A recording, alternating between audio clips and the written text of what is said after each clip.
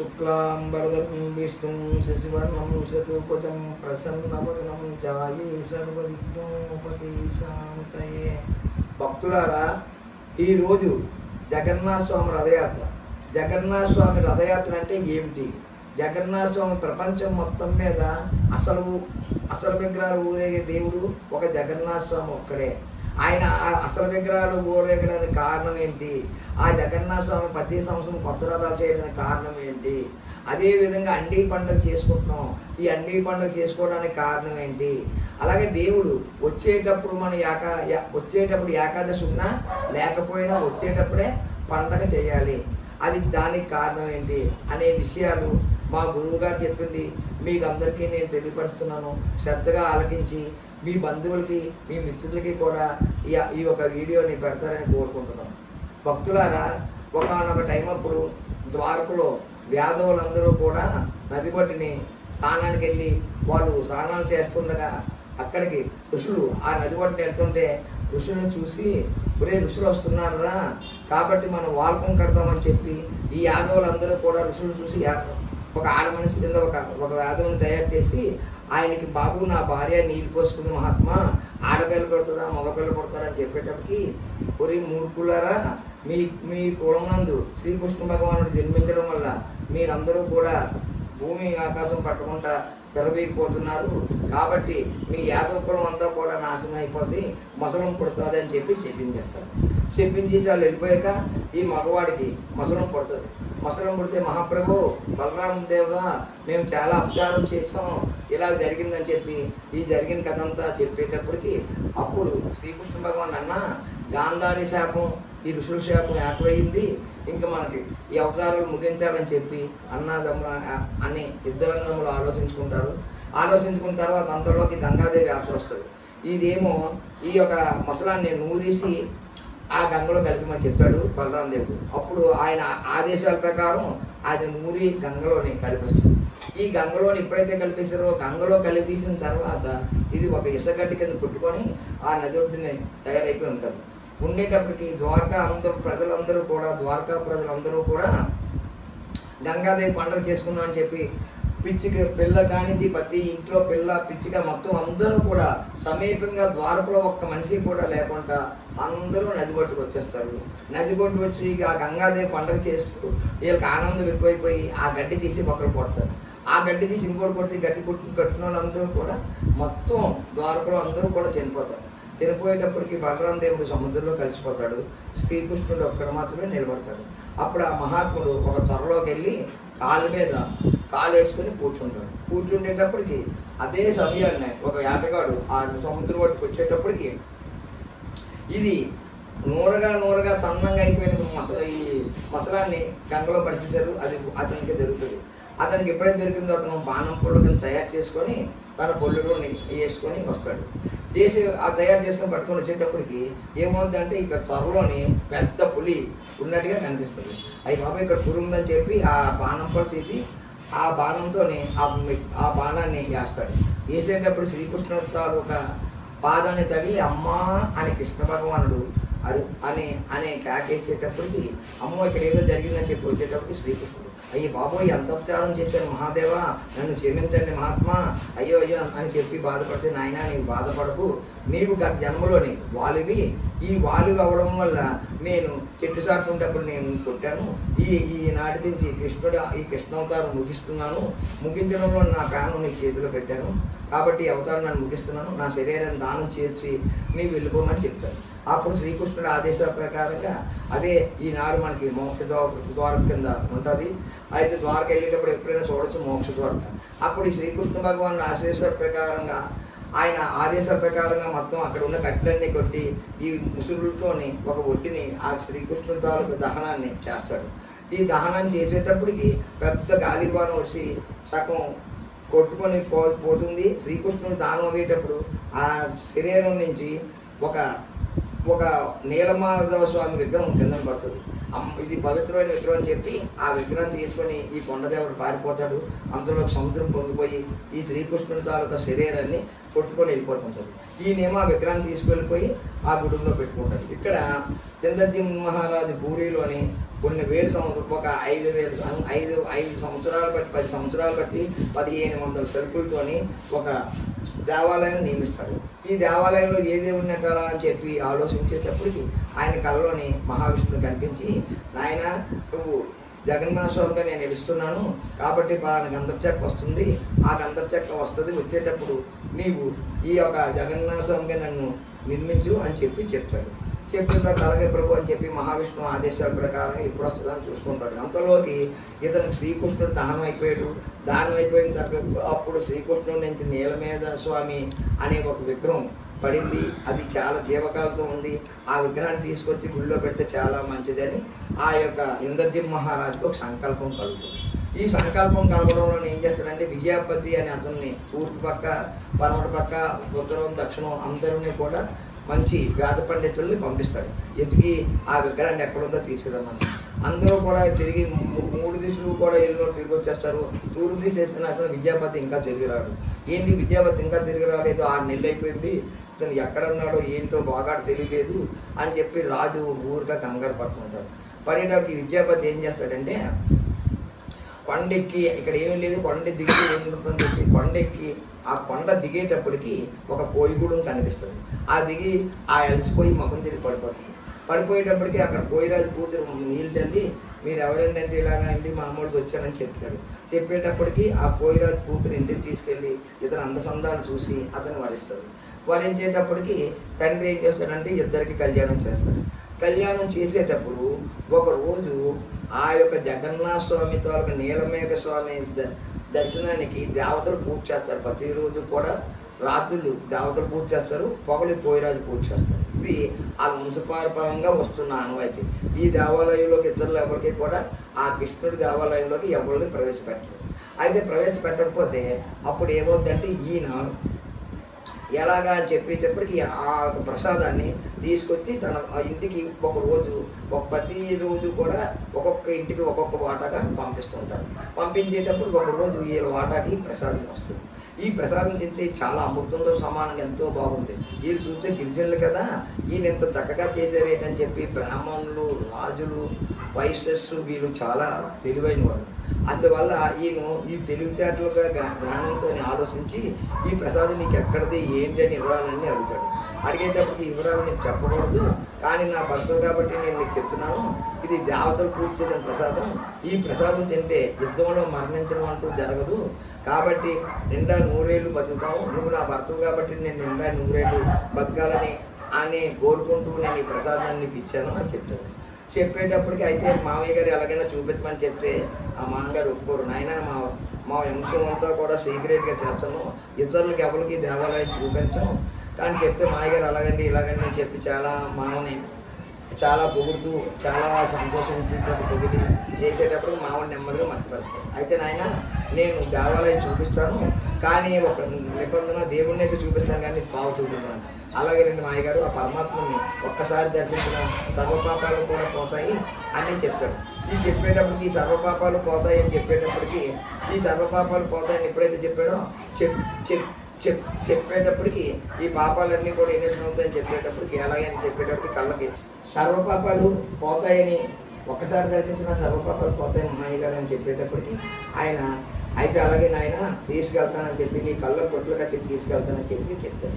చెప్పేటప్పటికి ఆయన కళ్ళకి గొట్లు కట్టి ఆ మహాత్ముడు అడవిలోకి తీసుకెళ్ళేటప్పుడు బ్రాహ్మణుడు కురవాడు కాబట్టి చేతిలోని నామాలు పెట్టుకొని ఆ ఇల్లు అలా కొన్ని అలా ఒప్పుకుంటూ గృహవారికి వెళ్తాడు. వెళ్ళిన తర్వాత ఈ మామయ్య గారు చూపిస్తాడు, దర్శనం చేసుకుంటాడు.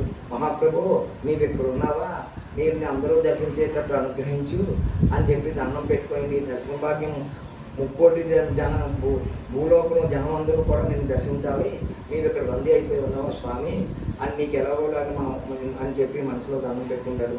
పెట్టుకొని అప్పుడు మామయ్య గారితో పాటు ఇంటికి ఇచ్చేస్తారు. మామ వాళ్ళ ఇల్లు కూడా ఇచ్చేసిన తర్వాత కొంతకాలం అయిన తర్వాత వర్షాకాలం పడుతుంది.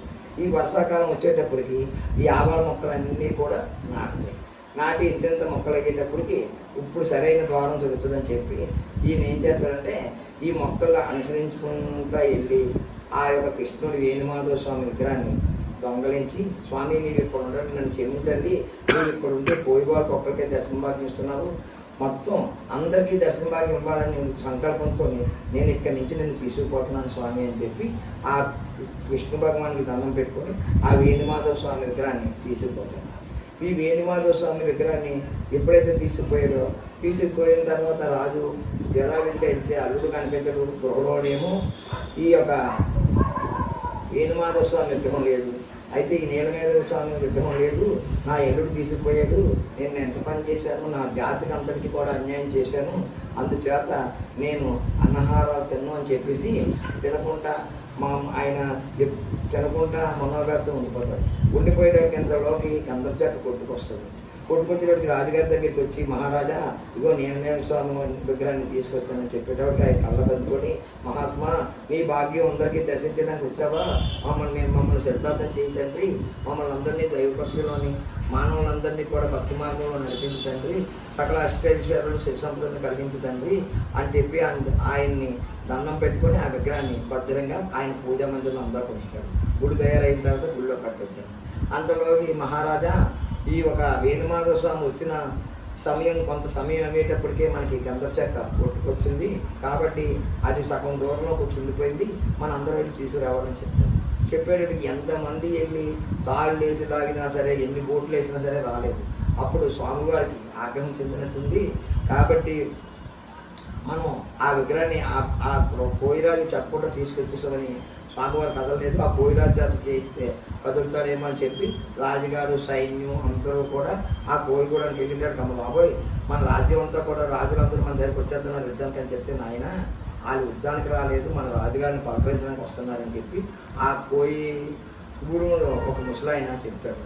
చెప్పడంలోని కోయోళ్ళందరూ కూడా తిరగబడుకుంటుంటారు.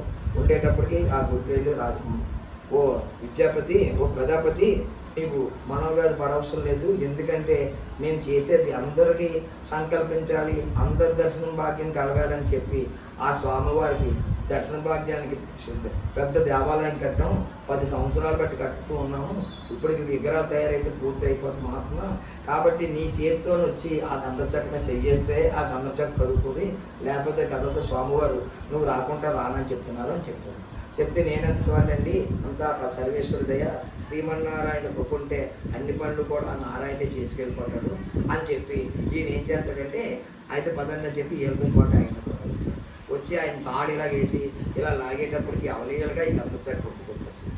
ఈ గంధం చెక్కను కొట్టుకొచ్చిన తర్వాత విశ్వకర్మలందరినీ పిలిపిస్తే విశ్వబ్రాహ్మణులందరూ కూడా చెక్కి, మహాత్మా ఈ శిల్పాన్ని మేము చెక్కడం మా తరం కాదు, ఇది మనిషి రక్తంతో కూడుకుని ఉన్నట్టుగా రక్తం వస్తుంది, కాబట్టి ఇది దేవతా శిల్పిడే చెక్కగలగారు, మేము ఎవరు చెక్కలేమని చెప్పేటప్పటికి అప్పుడు విశ్వకర్మ రుద్రుడి కింద వచ్చి, అప్పుడు శ్రీమన్నారాయణ ఒక ఆదేశం ప్రకారంగా విశ్వకర్మ భూలోకంలోకి వచ్చి, నాయన నేను ఈ శిల్పాలు చెప్తాను కానీ ఒక నిబంధన అంటాడు. ఏంటి మహారాజా అంటే, మహారాజా ఏంటంటే మహాత్మాని అడిగితే, మహారాజా నేను ఈ విగ్రహాలు చెక్కే వరకు కూడా, విగ్రహాలు పూర్తయ్యే వరకు కూడా నేను అన్నాహారాలు తిన్ను, నేను తపశక్తితో చేస్తాను విగ్రహాలని, కాబట్టి నా గురించి మీరు ఏం ఆలోచించుకుంటా నన్ను గదిలో పెట్టి మీరు కలిపేసుకొని వెళ్ళిపోండి, 6 నెలలు అయిపోయిన తర్వాత మాత్రమే తీయండి అని చెప్పాడు.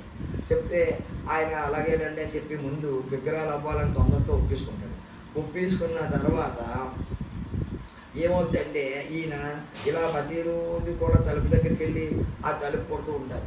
ఈ తలుపు కొట్టేటప్పటికి ఏమవుతుందంటే, ఈ తలుపు ఎప్పుడైతే కొడుతూ ఉంటాడో ఆ కొట్టేటప్పుడు సౌండ్ వినిపిస్తుంది, లోపల సౌండ్ టిక్కుమని సౌండ్ ఆ యొక్క శబ్దం వినిపిస్తుంది.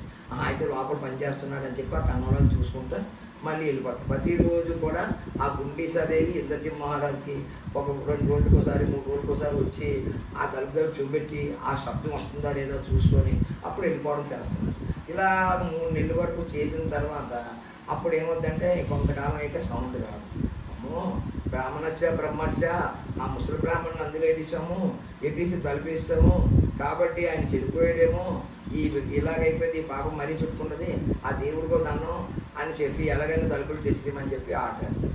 ఈ తలుపులు తెచ్చేయమని ఆర్డర్ వేసేటప్పటికి ఏమవుతుందంటే, మహారాజా ఓపు పట్టు తండ్రి, ఏం పర్వాలేదు అని చెప్పి విద్యాపతి కూడా చెప్తాడు. చెప్తే నువ్వు చెప్తున్నావు కానీ నాయన నేను ఆలకించను అని చెప్పి తండ్రి కొడుకు చెప్పింది కూడా ఆలకించడు. ఆలకెత్తకుండా తలుపులు తెరిచేది. ఈ తలుపులు తెరిచేస్తే ఏమవుతుందంటే ఈ విగ్రహాలు సగం సగంలో తయారైపోయి ముందేస్తూ ఉంటాయి. ఉండేటప్పటికి అయ్యో ఇలాగైపోయాయి నేను గోలెడితే అప్పుడు జగన్నాథ స్వామి కళ్ళలోకి వచ్చి జగన్నాథ స్వామి సుభద్ర బలరామ స్వామి పేరుతోని ఎలాగైతే ఉన్నాయో ఆ విగ్రహాలని నీవు అలాగే ప్రతిష్టలోకి పెట్టమని చెప్తాడు. చెప్తే భగవంతుడు ఇలాగ ఆదేశించాడు. కాబట్టి సరైన ముహూర్తం పెట్టాలంటే దేవేంద్రుడే పెట్టగలడు, అందువల్ల దేవేంద్రుడి దగ్గరికి వెళ్తాను అని చెప్పి ఆ దేవేంద్రుడి దగ్గరికి వెళ్ళేటప్పటికి ఈ దేవేంద్రుడు ఏం చేస్తాడంటే ఆయన ఎన్ని ముహూర్తం పెట్టుకొని వచ్చేటప్పటికి కొంతకాలంలో భూలోకంకి కిందకు వచ్చేస్తాడు. ఈ భూలోకానికి వచ్చేటప్పటికి ఇక్కడ కుమారుడు ఏం చేస్తాడంటే విగ్రహాలు ప్రతిష్ఠ చేశాడు. పుణ్యకాలం ముహూర్తం మంచి ముహూర్తాలు దాటిపోతున్నాయి, నా తండ్రి చూస్తే రాలేదని చెప్పి విగ్రహాలు ప్రతిష్ఠ చేశాడు. విగ్రహాలు పనిచేసి నేను 10 సంవత్సరాలు బట్టి కష్టపడ్డాను, ఎంతో మంది శిల్పించారు, దేవాలయం చెక్కించాను, నా తండ్రి గారు వచ్చే వరకు ఆపలేదని చెప్పి నీవు నీవు ఈ విధంగా చేశావు, అందుచేత నేను బతకడానికని చెప్పి ఆయన మనోవ్యాధితో మంచం వేసుకొని పడుకుంటాడు. ఆరం తిండు, దెబ్బకి తాగుడు, నీరు తాగుడు ఏమీ తాగకుండా మనోవ్యాధితో ఉంటే సన్నంగా అయిపోయి ప్రాణం పోయే పరిస్థితులు కనిపిస్తాయి. కనిపించేటప్పుడు అప్పుడు శ్రీమన్నారాయణుడికి కళ్ళలో కనిపించి ఏమని చెప్పాడంటే, మహాప్రభు ఆయన నీవు ఇంద్రజీ మహారాజా నీవు బాధపడకు, నీ పేరుని ఒక మందిరాన్ని కట్టించు, అందులో నేను 9 రోజులు నిద్రిస్తాను అని చెప్పి అప్పుడు చెప్పాడు మాట. ప్రతి సంవత్సరం కూడా నూతన రథం చేయించాలి, ఎందుకంటే నేను ఒకసారి రథం మీద వెళ్ళేటప్పటికి మళ్ళీ ఆ రథం పాత రథం కింద అయిపోతుంది కాబట్టి ఒక వస్తువుని నేను వాడిన తర్వాత 2వ వస్తువు మళ్ళీ నేను వాడను, అందుచేత నీవు ప్రతి సంవత్సరం నూతన రథాలు చేయించి నన్ను 9 రోజుల వరకు కూడా నీవు అక్కడ ఉంచి అప్పుడు 9 రాత్రులు అయిపోయిన తర్వాత నీకు మళ్ళీ యథావిధిగా దేవాలయంలో తీసుకురమ్మని చెప్తే అప్పుడు గుండీసా మందిరం అని వాళ్ళు అంటారు, మనం ఇంద్రసింహాలని మన తెలుగు వాళ్ళు అంటాము. ఈ విధంగా అక్కడ గుండీసా మందిరాన్ని నియమించాడు.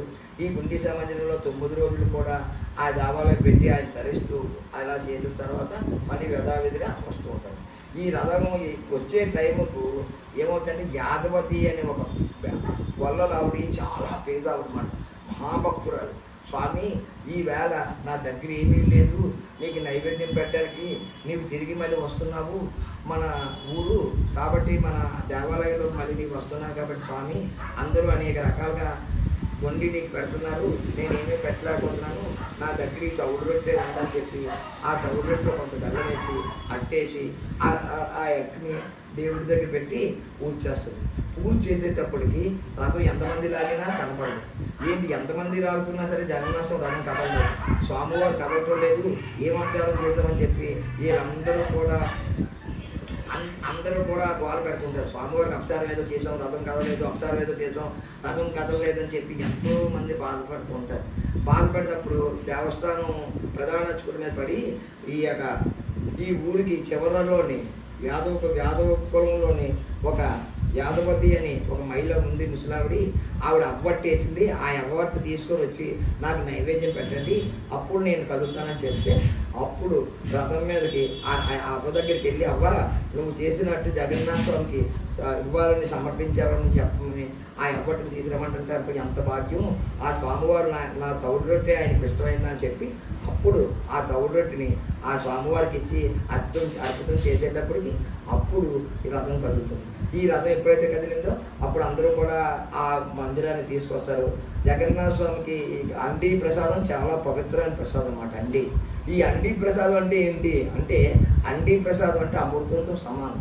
ఒకనొక టైం అప్పుడు విష్ణుమూర్తి అండీ ప్రసాద్ జగన్నాథ స్వామి ఉండేటప్పుడు పార్వతి వెళ్తే దా చెల్లి అని చెప్పి ఎంత ప్రసాదాన్ని ఇస్తాడు. ఆ ప్రసాదాన్ని ఇచ్చేటప్పుడు అంతలో కొంత తినేటప్పటికి ఆవిడ పరిపూర్ణమైన జ్ఞానం వచ్చేసింది. ఈ ప్రసాదం ఇంత అమృతం అని చెప్పి పరమేశ్వరుడికి ఇస్తుంది. పరమేశ్వరుడు తింటాడికి ఆయన ఇంకా శక్తిమంతుడు అవుతాడు. అయ్యేటప్పటికి నారదుడు వస్తాడు అన్నమాట. నారదుడు వస్తే అమ్మ నాకు ఏమిటి ప్రసాదం అని అడిగేటప్పటికి అందులో 2 మెతుకులు మాత్రమే నారద మహాత్ముడికి ఇస్తారు. ఇచ్చేటప్పుడు ఆయన కూడా పరిపూర్ణమైన జ్ఞానవంతుడు అవుతాడు. అవడంలోనే మనం అండీ పండుగ చేసుకునేటప్పుడు ఈ ప్రసాదాన్ని వృధా చేయకుండా తక్కువ చేసి జాగ్రత్తగా పంచిపెట్టాలి తప్ప ఎక్కడ పడితే అక్కడ వండేసి దాన్ని కావాలంటే కానీ లేకపోతే ఇష్ట విధంగా అండీ ప్రసాదం దాన్ని వృధా చేయకూడదు. అండీ ప్రసాదం చేసేటప్పుడు మనం మాట్లాడేది అది పడుతుందేమని చెప్పి తలకు ముఖానికి గుడ్డ కట్టుకొని నోరికి గుడ్డ కట్టుకొని ఆ మాట్లాడుకుంటూ అండీ ప్రసాదం చేయాలి.